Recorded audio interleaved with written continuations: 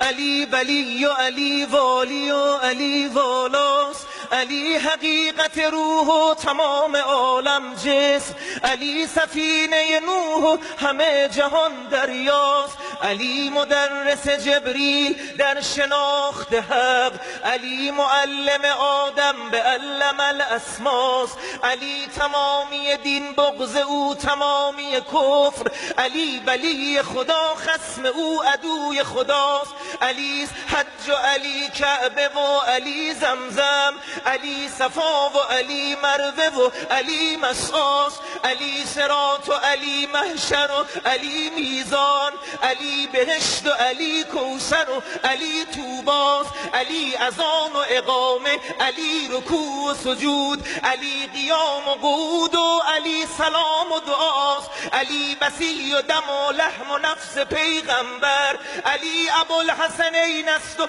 شوهر زهراست، علی محمد و فرقان و نور و کوثر قدر، علی مزمل و یاسین و یوسف و طاهاست، قدسی شجر نیکو ثمر والا گوهر، صاحب نظر فرخنده فر بهجت اثر، احمد سیر قرص قمر، هم دادور هم دادگر، قدرت قدر فخر بشر، هم نامور هم تاجور، هم صاحب تیغ دو سر، بر خرمن هر خیر سر ریزد ز تیغ خود شرر، شمس الضحی بدر الدجی میر هدا نور خدا، هم مقتدا هم رهنما هم ابتدا هم انتها، هم دلربا هم دلگشا خیبر گشا مشکل گشا، هم بیریا هم با حیا هم با خدا، هم با وفا هم با صفا، هم کیمیا هم کبریا، رمز شفا سر شفا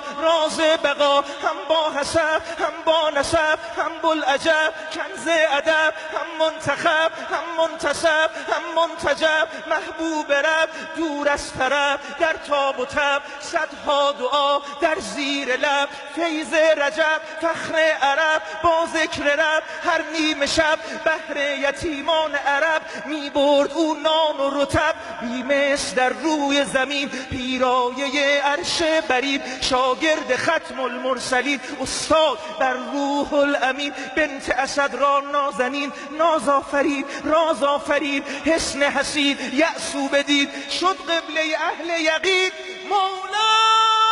امیر المؤمنین. ماشاءالله ماشاءالله.